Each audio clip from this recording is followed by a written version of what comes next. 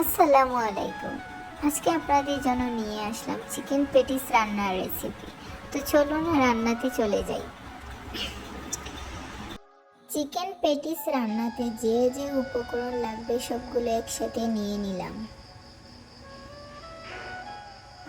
কড়াইতে 3 টেবিল চামচ তেল দিয়ে দেব। 1 কাপ পেঁয়াজ কুচি দিয়ে কিছুক্ষণ নেড়ে চেড়ে নেব।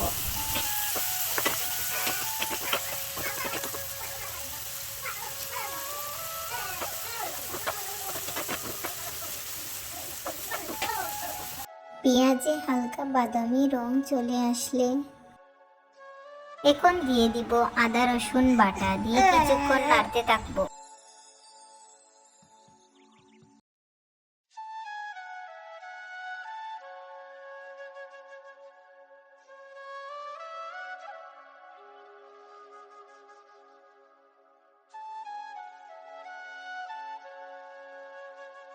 এখন একসাথে সব মশলা দিয়ে দিব, দিয়ে কিছুক্ষণ নেড়ে ছেড়ে নেব।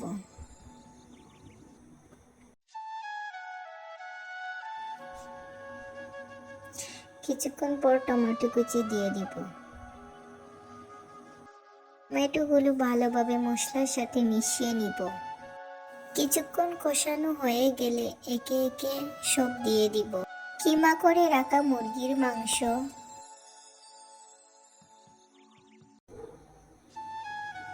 মুরগির কিমা কষানো হয়ে গেলে কিছুক্ষণ পর নেড়ে চেড়ে নামিয়ে নেব।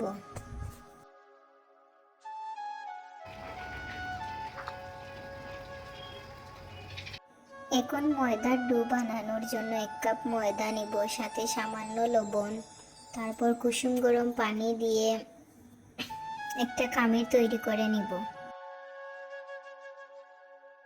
এখন তৈরি করে রাখা ময়দার ডো বেলে নেব।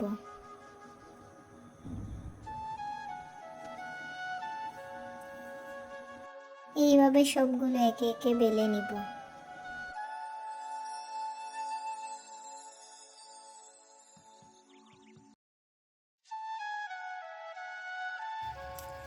এখন সবগুলোকে তেলে ভেজে নিব।